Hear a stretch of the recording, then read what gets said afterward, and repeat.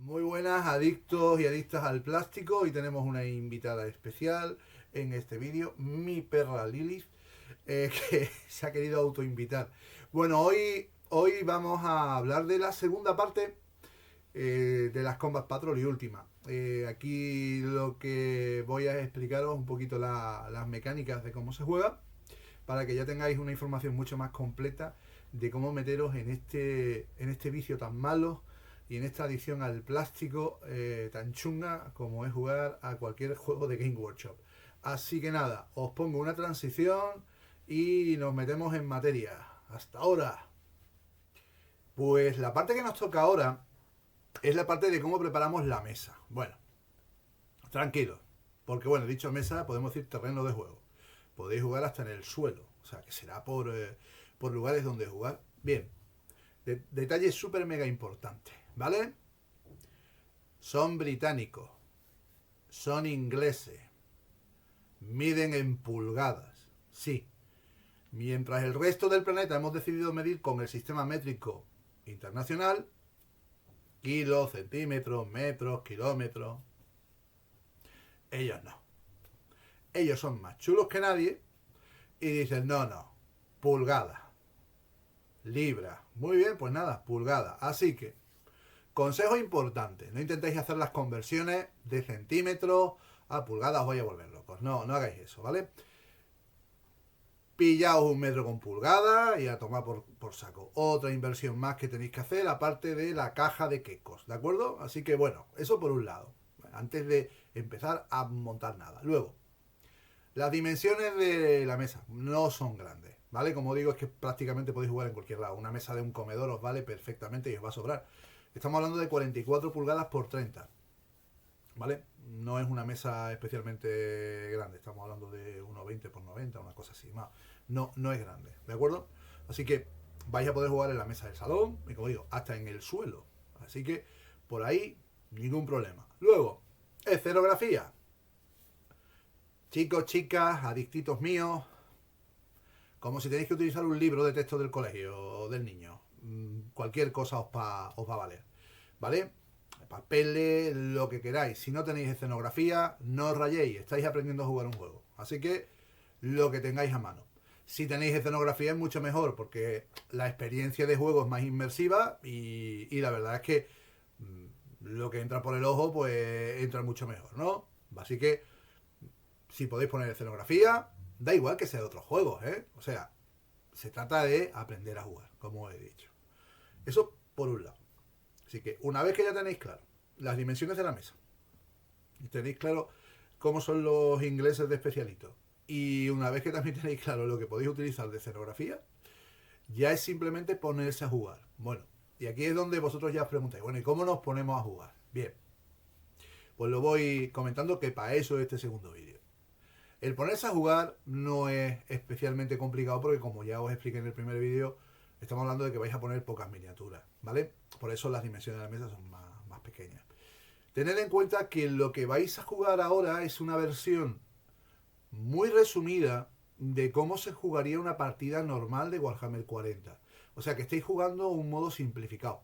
Pero no es un Warhammer inventado. Cosa que algunas veces cuando queremos enseñar a alguien, por simplificar muchas veces, como que lo que queremos, y es lo que quiere Watch en este caso, es que os quedéis con las dinámicas, ¿vale? Pues haceos a esa idea, la idea de que es un Warhammer simplificado. Pero vais a tener todas sus reglas universales y todas sus fases, ¿vale? Eso tenedlo en cuenta, es decir, esto es un juego de turnos alternos, ¿vale? Hay muchos juegos que se basan en iniciativas y en ir alternando unidades, ¿no? Por ejemplo, Infinity. O otros muchos juegos que hay en el mercado. Battletech, por ejemplo, que es un juego muy antiguo, también se basa en iniciativa alterna, ¿de acuerdo? Ball Action también. Bueno, aquí no. Aquí hay un turno completo de un jugador y un turno completo del otro, en el que sí se puede hacer se van a producir interacciones y se puede hacer incluso reacciones. Pero eso está muy restringido. Así que en el fondo me toca a mí el turno, yo hago mi turno completo, termino mi turno y luego mi rival hace su turno completo, ¿vale? Es lo que se llama la secuencia de juego. Por lo tanto, eso tenéis que tenerlo claro. Otra cuestión que tenéis que tener clara.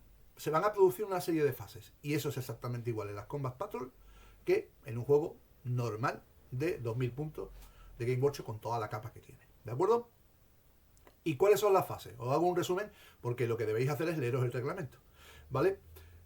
La fase de mando, la fase de movimiento, la fase de carga y la fase de combate. ¿Vale? No hay más. Y siempre vais a repetir esta secuencia. Como digo, en alguna de estas fases se pueden producir reacciones a lo que hace el rival. Por ejemplo, el fuego defensivo. Poder hacer una contracarga, ¿vale? Eso se hace normalmente con estratagemas, ¿de acuerdo? Vais a utilizar las estratagemas universales. O sea, las estratagemas universales también van a existir. El poder repetir tiradas. El poder, por ejemplo, coger y hacer un fuego defensivo. Esas estratagemas también van a existir y existen en el reglamento general, ¿de acuerdo? Así que esto es muy importante. Tened en cuenta. Esto a la hora de jugar. No estáis jugando un Warhammer inventado. Vais a tener que mover, vais a tener que consolidar, vais a tener que disparar, exactamente que las reglas universales. Pero os está quitando Workshop toda esa paja inicial, que son pues las reglas especiales de facción, las misiones secundarias, ¿vale? Esto ahora os lo voy a explicar cuando tengamos que preparar la mesa. Pero que esto es muy importante que lo tengáis muy en cuenta, ¿vale? Otra cuestión también muy importante. La preparación de vuestra fuerza de combate, vuestra Combat Patrol. Vais a tener una serie de tarjetas, de fichas, que os va a venir esas reglas generales y demás, ¿de acuerdo? Entonces, cuando vayáis a jugar, eso lo tenéis que tener también a mano, porque va a ser vuestros libros de referencia, o bueno, vuestro PDF de referencia, porque como os dije también en el vídeo anterior, aquí si queréis no tenéis que comprar ni un solo libro. Simplemente tener las miniaturas, porque os las hayan dejado o porque te las has comprado. ¿Vale? Así que eso, tenedlo muy en cuenta. Estamos todavía en la fase de preparación de la mesa. Ya tenéis la mesa preparada, el lugar donde vais a jugar, tenéis vuestros quecos, ¿vale? Ya tenéis todo lo necesario, vuestros dados también, porque sin dados no podéis jugar, y ese metro en pulgadas. No os preocupéis porque se venden metros en pulgadas, ¿vale? No hay que pedirlos a Inglaterra, pero que sepáis que son así de especiales, ¿vale? Antiguamente, que se ve que eran pues gente un poquito más flexible, más abierta, hacían una adaptación del juego de pulgada a centímetros, ¿vale? Pero decidieron quitarlo. Así que ahora vamos a ir a la parte en la que os voy a explicar cómo empezar a jugar la batallita. Así que, de nuevo, una transición para que no os acojonéis y nos metemos ya en materia. Bueno, pues nos vamos a meter ya en manos a la obra. Ya más o menos tenemos todas las cosas necesarias para empezar a jugar. La escenografía que vamos a utilizar, el sitio donde vamos a jugar, las miniaturas. Hemos elegido qué destacamento vamos a utilizar, por eso vamos a llevar las miniaturas adecuadas, pero ahora hay que meterle mano a esto. Esta va a ser la parte más larga del vídeo, porque hay que explicar muchas cosas y, como me dijo un antiguo compañero de trabajo hace ya muchos años, las cosas hay que explicarlas como, él decía, como si a prueba de tontos, ¿no? O sea, como si no supierais nada, porque de hecho la mayoría de los que estáis viendo esto no sabéis nada de Warhammer, ¿vale? Solo lo que hayáis visto en videojuegos, lo que hayáis visto cuando habéis ido a una tienda viendo a la gente jugar o a un club, pero realmente no sabéis las mecánicas de juego. Lo primero y lo más importante siempre es leerse la misión. Esto es muy importante, leer la misión bien y entender lo que hay que hacer, porque si no entendéis lo que hay que hacer, vais a jugar como pollo sin cabeza, entonces al final no aprendéis, ¿de acuerdo? Eso para empezar. Segundo, aquí ya hay que determinar qué misión se va a jugar, ¿vale? Como he estado comentando, y la voy a poder hacer de dos maneras. Una es, oye, mira, pues lo elegimos al azar, porque vais a tener 6 misiones que elegir, o directamente elegir la que os más apetezca a los dos, y ya está, tampoco tiene mayor complicación. Estas misiones son misiones muy simplificadas. Por ejemplo, no están las famosas misiones secundarias. Eso no lo vais a ver. No os preocupéis. No vais a ver misiones secundarias en mesa, ¿vale? Lo que vais a tener son lo que nosotros llamamos las misiones principales. Las misiones principales se van a puntuar siempre en lo que yo he comentado en el bloque anterior, la fase de mando. Cuando llega la fase de mando es cuando se le cuentan los puntos por tener objetivos ocupados, ¿vale? El objetivo se considera que lo tienes ocupado si tú tienes miniaturas y tu rival no, o en caso de que haya miniaturas del rival y miniaturas tuyas, si tú tienes más OC, ¿vale? ¿Y qué es esto del OC? Pues el OC no es ni más ni menos que, digamos, que los puntos de control, ¿vale? Operational Control, ¿vale? Esto lo que da es, oye, pues, ¿cuánta fuerza tiene mi unidad para ocupar un objetivo? Entonces, no es solamente el número de miniaturas, sino el OC que tenga. Tú puedes tener miniaturas que tengan OC7, una sola miniatura puede tener OC7, si el otro tiene 5 miniaturas, y aunque son 5 miniaturas, y él tiene solo una miniatura, como él tiene OC7, y las otras miniaturas tienen cada una de ellas OC1, pues resulta que, claro, son 5 contra 7. Así que, ¿quién tiene el objetivo? El que tiene 7, ¿no? Así de sencillo, no tiene mayor complicación. Esto lo hacéis en la fase de mando. Esto es muy importante que lo tengáis claro. Por eso os lo explico al principio, antes de meternos ya con todo lo demás, que aquí, y os lo confieso, todos los jugadores, incluidos los veteranos, nos liamos un montón. Porque son muchos pasos previos, ¿vale?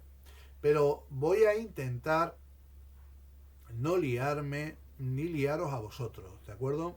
Entonces, primero, como he dicho, elegir la misión, ¿vale? Segundo, una vez que habéis elegido la misión, hay que elegir la zona donde va a desplegar cada jugador. Bien, aquí pequeño inciso, consejo, consejo, ¿vale? No coloquéis la escenografía hasta que no sepáis qué misión vais a jugar, por una sencillísima razón. Porque luego vais a colocar la escenografía en función de dónde están los objetivos, ¿vale? Así de sencillo, no tenéis que andar moviendo escenografía porque resulta que ha caído un objetivo en medio donde habéis puesto un libro. Bueno, pues no, ponéis el objetivo y ya lo vais adaptando. Además, siempre es bueno que los objetivos sean visibles para los dos bandos, ¿vale? Que siempre haya una parte, no toda, pero al menos una parte que sea visible, ¿no? Eso por un lado. Luego, otra cuestión importante, una vez que ya habéis elegido la misión, tenemos que elegir, como he dicho, la zona de despliegue de cada uno. Según indica el manual, lo que tenemos que hacer antes de tirar ningún dado es determinar cuál es la zona que se considera el defensor y cuál es la zona que se considera el atacante, ¿vale? Cuando vayáis a jugar juego competitivo, ¿vale? La escenografía va a ser completamente simétrica. Es lo que yo llamo que en el juego competitivo solo hay ruinas, simetría y se combate en Leningrado, ¿vale? Son mesas que no tienen mucha alma, para que nos vamos a engañar. Pero bueno, para juegos competitivos también. Entonces, el hecho de elegir una zona o la otra en ese aspecto no os va a perjudicar. Entonces, una vez que ya habéis determinado cuál es la zona del defensor y cuál es la zona del atacante, hacéis lo que se dice en el reglamento, el desempate. ¿Y el desempate qué es? Yo tiro un dado, tú tiras un dado y el que saque el resultado mayor determina quién es el defensor y quién es el atacante. Como digo, en mesas simétricas, en mesas de juego competitivo, la escenografía como esté os va a dar prácticamente igual. Pero en mesas, como yo digo, de tipo asimétrico, que son las que normalmente nos encontramos en las partidas de juego formato cruzada, tipo narrativo o en pachangas, que uno va colocando lo que tiene en casa, si puede ser, aunque intente uno dejar la mesa lo más divertida posible, lo más equilibrada posible, para que tampoco sea una mala experiencia para ninguno de los dos, sino que haya fair play y se pueda jugar bien. Pero independientemente de eso, ¿vale? Luego sí es importante, porque si tú eres el defensor, tú vas a empezar a desplegar. Y el atacante despliega en segundo lugar, ¿de acuerdo? Entonces aquí sí es importante a veces, sobre todo si tú vas a basar tu estrategia en saber dónde va a colocar el otro las miniaturas, ser defensor y atacante. Y eso sí va a pasar en cualquiera de los dos sistemas, me refiero. En una mesa que haya escenografía simétrica que da igual, o en una que sí esté la escenografía desigual, que también influye. Ahí va a influir doblemente. Pero sí, en el caso de, como digo, mesa simétrica, sí viene muy bien ser tú el atacante, porque vas viendo lo que coloca el defensor, ¿vale?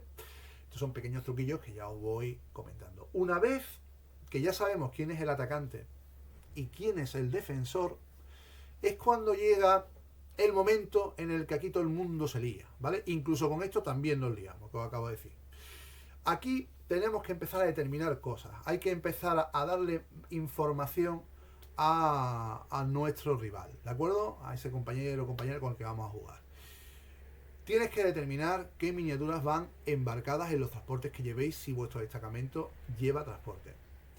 Tenéis que indicar en qué unidad va asignado el personaje que lleváis en vuestro ejército. Va a haber personajes que podéis asignar a unidades y otros que, por ejemplo, no podéis asignar a unidades, ¿vale? Luego tenéis que determinar qué miniaturas vais a colocar en reserva. ¿Y qué es esto de colocar en reserva? Pues son unidades que tú no despliegas, ¿vale? Normalmente, las que sueles colocar en reserva suelen tener la habilidad despliegue rápido, o como le gusta decir a los pro, Deep Strike, ¿vale? Entonces, tú coges esas miniaturas y las designas que van a estar fuera de la mesa, ¿de acuerdo? Y las otras las irás desplegando, ¿vale? Entonces, ya tenemos personaje, transporte, despliegue rápido, ¿vale? O reserva estratégica.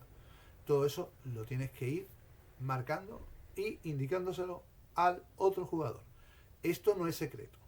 Esto es todo público, ¿vale? Igual que vuestro ejército tiene que tener acceso el jugador para ver sus reglas especiales y para verlo todo, ¿vale? Claridad y fair play en todo momento, ¿vale? Luego, ya una vez que habéis tenido todo eso claro, que ya habéis hecho los despliegues, es cuando llega el vamos a empezar a jugar, vamos a empezar a tirar más dados. Bueno, aquí viene otro momento súper mega importante, que es determinar quién empieza, porque lo único que sabemos quién es el atacante y quién es el defensor, y ya habéis desplegado vuestro ejército. Entonces, cuando llega este momento, tiráis un dado y hacéis el mismo tipo de tirada que anteriormente. Es una tirada de desempate. Hacéis un desempate. Ya habéis desempatado y se determina quién tiene el primer turno y quién tiene el segundo turno. Aquí meto momento, paréntesis, barra divagación de las mías. Esto es un problema de diseño que tiene a día de hoy Game Workshop, ¿vale? Y os lo digo para que lo tengáis en cuenta y que sepáis que esto sale con un defecto de fábrica. Hay misiones que el hecho de que tú empieces garantiza que tengas muchísimos problemas para ganar la partida, porque se amplía exponencialmente el porcentaje de que pierdas, ¿vale? Y viceversa. Que tú salgas en segundo lugar te da muchas más ventajas que salir en primero. Workshop ha intentado introducir ciertos mecanismos para corregir esto, pero el sistema de turnos alternos no termina de funcionar bien con todo esto de sistema de objetivos y demás, y no sé si llegará un momento en que se planteen ir a otros sistemas como los que he comentado yo, como los que puede tener BattleTech, Ball Action o Infinity, de activación de unidad rival, ¿no? Pero bueno, ya veremos cómo lo solventan en 11ª, pero yo creo que lo van a tener muy complicado, ¿vale? Bueno, pues una vez este inciso, seguimos. Una vez que ya sabéis quién va a empezar a mover y quién va a ir a la segunda fase, es cuando vienen todo lo que se llaman las acciones prepartidas. Las acciones prepartidas son, pues por ejemplo, movimientos de avanzadilla, una serie de habilidades especiales que tienen vuestras unidades que las tenéis que hacer justo en ese momento, ¿vale? Una vez que ya habéis hecho todo eso, ya empieza lo que es la partida en sí y ya empezáis a jugar la partida, ocupar objetivos, a mover vuestras unidades, toda la sinergia del juego que se va a aplicar con las reglas del reglamento básico, con las reglas básicas a las que también tenéis acceso de forma gratuita. Y las estratagemas. En la fase de mando vais a ganar vuestros puntos, vuestros puntos de mando, vais a contar los puntos de victoria que tenéis por ir ocupando esos objetivos y vais a ir quitando quecos conforme se vayan muriendo. O sea, lo que sería la sinergia normal de una batalla. Como veis, es muy simplificado, es mucho más sencillo porque no tenemos el factor tampoco misiones secundarias, ni tenéis tampoco la capa de reglas que tienen los distintos libros de facción. La mecánica de juego, y esto es una cosa que siempre pasa, Workshop siempre cuando saca una nueva edición, y en breve sacaré un vídeo sobre 11ª, saca mecánicas de juego que son relativamente fáciles. Pero luego ya cuando vamos metiendo reglas de facciones y van metiendo correcciones y ampliación de reglas y cosas de este tipo, el juego se puede ir complicando mucho más. Hay gente que le encanta este tipo de nivel de complicación, hay otros jugadores que no le gustan tanto, ¿no? Pero si es verdad que las mecánicas básicas van a ser sencillas y cuando vayáis a estar jugando le vais a coger el tranquillo rápido. Y bueno, ya ahora paso a la parte de conclusiones, espero no enrollarme mucho ahí, ¿vale? Y nada, a conclusiones. Aquí viene el terrible apartado de conclusiones, donde corremos un serio riesgo de que me enrolle mucho, pero bueno, yo creo que las conclusiones yo os lo hice ya en el primer vídeo. Si queréis aprender a jugar a Warhammer, esta es la mejor mecánica, ¿vale? Procurad hacerlo siempre con amigos y de buen rollo, porque estáis aprendiendo, ¿vale? Si tú eres el que enseña, como digo yo muchas veces, medio en coña, medio en serio, pon tus quecos de culo, ¿vale? Ayúdale, corrige movimientos, recuérdale reglas, repásale cosas, ¿vale? Dile qué estrategia tiene que seguir para dejarte a ti el culo como un monotití. A ti le estás enseñando, ¿vale? Entonces, si lo hacéis así, vais a tener todos una buena experiencia de juego, porque se lo pasa bien el que enseña y el que aprende. O si estáis empezando los dos a la vez, tened paciencia, porque las mecánicas, lo que son las mecánicas y las sinergias se cogen relativamente rápido y son partidas rápidas. Y es una primera toma de contacto que tiene muchas ventajas, porque no hacéis una inversión de dinero gorda. Hombre, 135 euros no es lo mismo que gastarte en una caja de 40 pavos, ¿no? También vamos a ser serios. Pero no tenéis por qué comprar los libros, no tenéis por qué comprar los manuales. Simplemente una primera caja, comprar pegamento Loctite, pegamento de plástico es lo que yo recomiendo. Es el que mejor funciona que el Loctite, porque vais a estar manejando miniaturas de plástico. Y vais a hacer una inversión relativamente pequeña. ¿Que no os gusta? A venderlo en el mercado de segunda mano, que siempre va a haber alguien que os va a pillar la caja, ¿vale? Así de sencillo, hombre, no la vais a poder vender por el precio del compraventa, lo vais a vender más barato, pero hombre, recuperáis parte del dinero. Y eso, no gastéis un duro ni en manuales ni en libros. Y si además actualizar las fuerzas de combate, si cuando vayan a ir saliendo nuevos libros y con nuevas reglas, pues os van a actualizar la ficha y la van a adecuar al code. Y como digo, es una forma muy buena de iniciarse a esto con una inversión muy controlada o sin inversión ninguna, porque los veteranos, yo creo que la mayoría, podemos tener perfectamente una Combat Patrol en casa, y como la mayoría tenemos más de un ejército, seguro que podemos dejaros alguno para que probéis. Que también es una forma mucho más económica de empezar. Tener un amigo o una amiga que le dé a esto y que os deje sus quecos para jugar. Y luego podéis jugar en cualquier lado. No tenéis que ir al club de juego, podéis coger una tarde tranquilamente en casa de quien sea, montar una mesa, coger unos libros o unos papeles o lo que os dé la gana, montar ahí una escenografía improvisada, unos dados, un dado con el sistema métrico británico y las miniaturitas y las ganas de pasarlo bien, o tomando una cervecita mientras tanto, o un refresquito, o contando chistes, pero sobre todo pasarlo bien. No juguéis a esto, y os lo recomiendo porque yo he caído en eso y conozco gente que cae en eso. A esto no se debe jugar con tensión, ¿vale? Se debe jugar para divertirse. Así que nada, creo que la conclusión esta vez ha sido bastante cortita. Nos vemos en breve ya con otros temas, y no olvidéis suscribiros si seguís interesados en los temas que hablamos aquí en Forja. Haced comentarios, dudas, preguntas que tengáis. ¿Cómo os estáis sintiendo empezando con este juego? Si no habéis empezado, ¿qué dudas tenéis que no haya yo abordado aquí en el vídeo y que os haga falta que os aclare, ¿no? Y si os interesa todo esto y queréis compartirlo, pues no lo dudéis, compartirlo, ¿vale? Así que nada, nos vemos, seguid dándole al plástico y hasta pronto.